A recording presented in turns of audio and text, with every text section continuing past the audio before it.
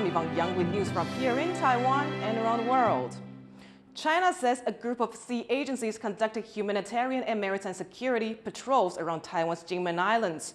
While some Taiwanese fishermen in the area welcome the increased security, law enforcement agencies are wary of China's presence. Ing-wen reports. Chinese fishing vessels operating around Taiwan's outlying islands of Kinmen. These incursions are becoming more common, with Taiwan's Coast Guard reporting that it drove away 9 Chinese fishing boats this week alone. Taiwan's Coast Guard says it continues to enforce the law around the country's waters. 就是常态性的执法，我们都依执法的 SOP 在进行哈。应该要驱离的会驱离，应该要登检的或者是扣留的，我们都依法行政。 The recent increase in Chinese vessels began after the death of 2 Chinese fishers in February, whose vessel was chased by Taiwan's Coast Guard near Kinmen. That incident prompted China to increase its patrols to ensure the safety of its own citizens, as these waters are often choppy but are essential for fishing. Several Chinese fishing and maritime agencies are now conducting joint humanitarian patrols to ensure maritime safety. Officials and locals in Kinmen say that more ships should be welcomed as they could help with rescue efforts if needed. 救难这个事情是无国界的，应该是会赞同这个想法。一味的立场是乐观其成。我们这边的民众有发生什么状况，或者呢对岸乡亲有发生一些出海发生状况，基本上我觉得在人道救援的角度来讲，都是一个很好的方法。 But Taiwan's Coast Guard and law enforcement agencies are wary of China's heightened presence. China claims Taiwan as part of its territory and has threatened to use military force to bring the country under its control. Chinese warplanes already fly around Taiwan on a daily basis, and analysts are concerned that upped patrols could become a new normal. But the reality is, China likes to assert its control over an area normally by conducting law enforcement operations there. Look at the South China Sea. That's what they claim to be doing when they go toe-to-toe with the Philippines, a couple times a month. This form of coercion, sometimes called gray zone warfare, is putting a strain on Taiwan's already limited resources because the country needs to respond to every incursion. And so the question now is what Taiwan can do as it's faced with pressure on both the military and now law enforcement around its outlying islands. The combination of pressures on Taiwan from China, it's like death by 1,000 cuts, right? It's everyday military aircraft, every day a presence around Kinmen, balloons now frequently. I think that what Taiwan needs to do is focus on investing in low-cost capabilities that they can use to monitor these activities, and then that gives them more flexibility to respond as a situation develops. As Taiwan tries to manage the increasing range of threats, it'll have to make sure it can do so, both without escalating the situation and expending its resources. John Su and Ing-wen for TaiwanPlus. As tensions continue to rise in the Taiwan Strait, vehicles carrying antiship missiles have been spotted in Taitung in the southeast. The vehicles drew the attention of locals, drawing speculation about their sudden appearance. Defense experts say the deployment of these anti-ship missiles units is geared at preventing potential blockades or invasions of Taiwan. 雄风2型反舰飞弹搭配超音速的雄风3型反舰飞弹，来对敌人的船舰进行反制。那么海风大队未来的任务很可能就是会在台东，还有就是甚至到更南边的，就是恒春半岛一带，遂行这个巴士海峡的封锁任务。 The fatal food poisoning case that shocked Taiwan this week has a new legal twist. The restaurant involved isn't insured. As investigators dig for clues as to what went wrong, new questions have emerged about who will pay compensation. John Van Trieste has this update.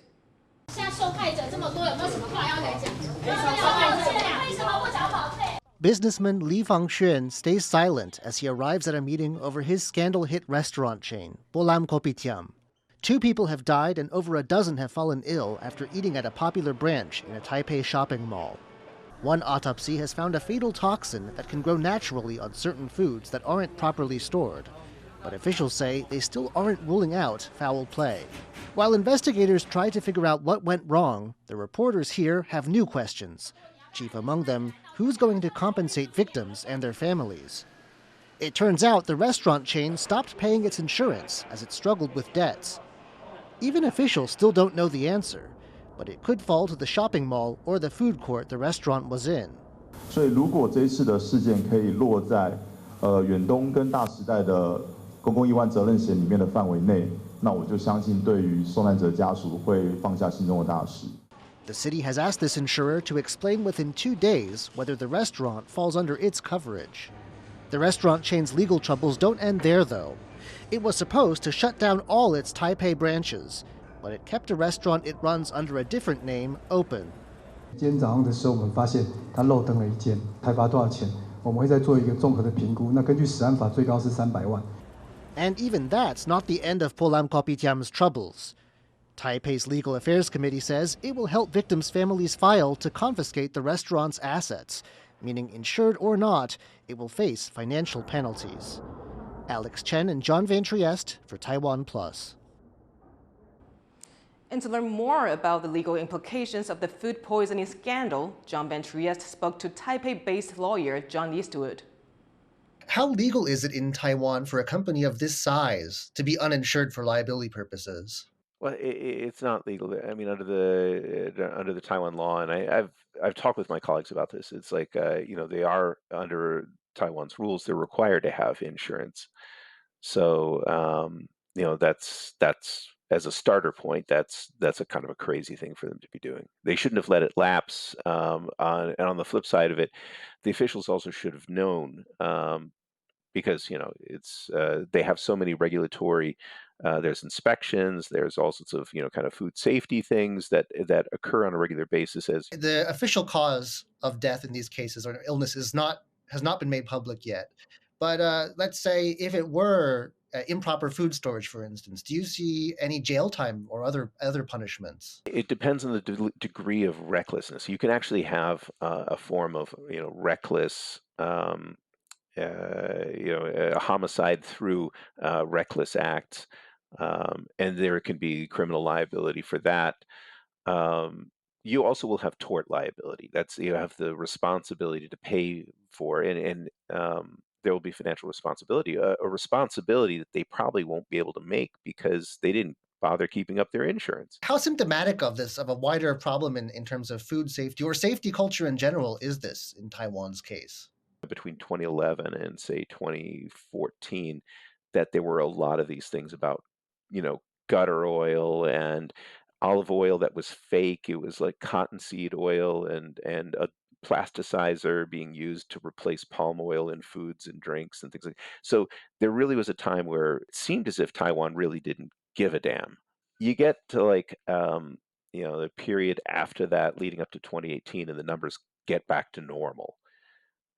So Taiwan's had some ups and downs on this in the past, but generally speaking, serious death-causing food poisoning is relatively rare statistically in Taiwan. Once again, that was lawyer John Eastwood speaking to John Van Trieste about food safety and the law in Taiwan. A U.S. court has sentenced disgraced cryptocurrency mogul Sam Bankman-Fried to 25 years in prison. Bankman-Fried was charged with stealing $8 billion from customers of the now bankrupt cryptocurrency exchange FTX, which he founded. The jury found him guilty of 7 counts of fraud and conspiracy.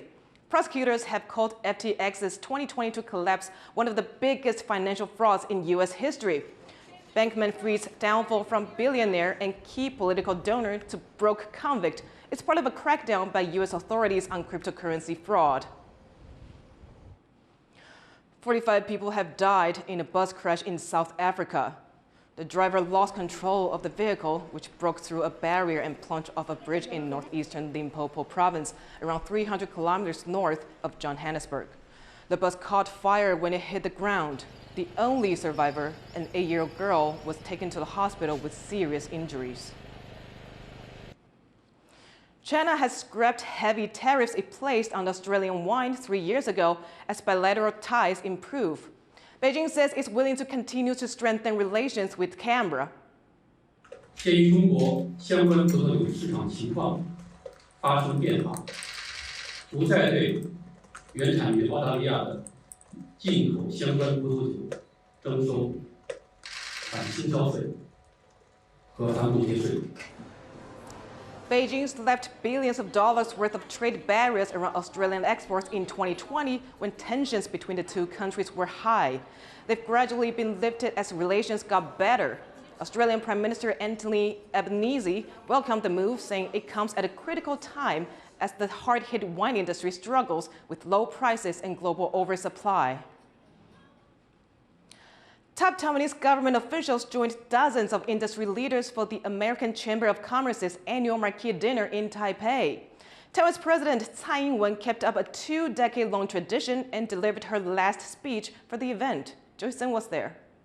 Hundreds of global business executives are here at the American Chamber of Commerce, or AmCham's, annual banquet, and they're joined by Taiwan's top government leaders, including President Tsai Ing-wen, Vice President-elect Bi Khim-hsiao, and Foreign Minister Joseph Wu. Industry and government leaders here have said that their priority is to put Taiwan in the best possible position to remain competitive in the global economy. Now, it's tradition for Taiwan's president to give the keynote speech at this event, and President Tsai has delivered her last one. Her message was simple: Taiwan remains a reliable and open-minded partner to the world. It is fair to say that across various metrics, Taiwan is proving resilient and reliable in the face of uncertainty. Taiwan will continue to stay on the right path to keep the political and economic landscapes stable and secure, and to uphold continuity and stability in its policies. And it's important that I use this time to say goodbye to you as President. In the spotlight tonight is the U.S. and Taiwan's economic relationship. Though not official diplomatic allies, the U.S. and Taiwan are marking new milestones on trade.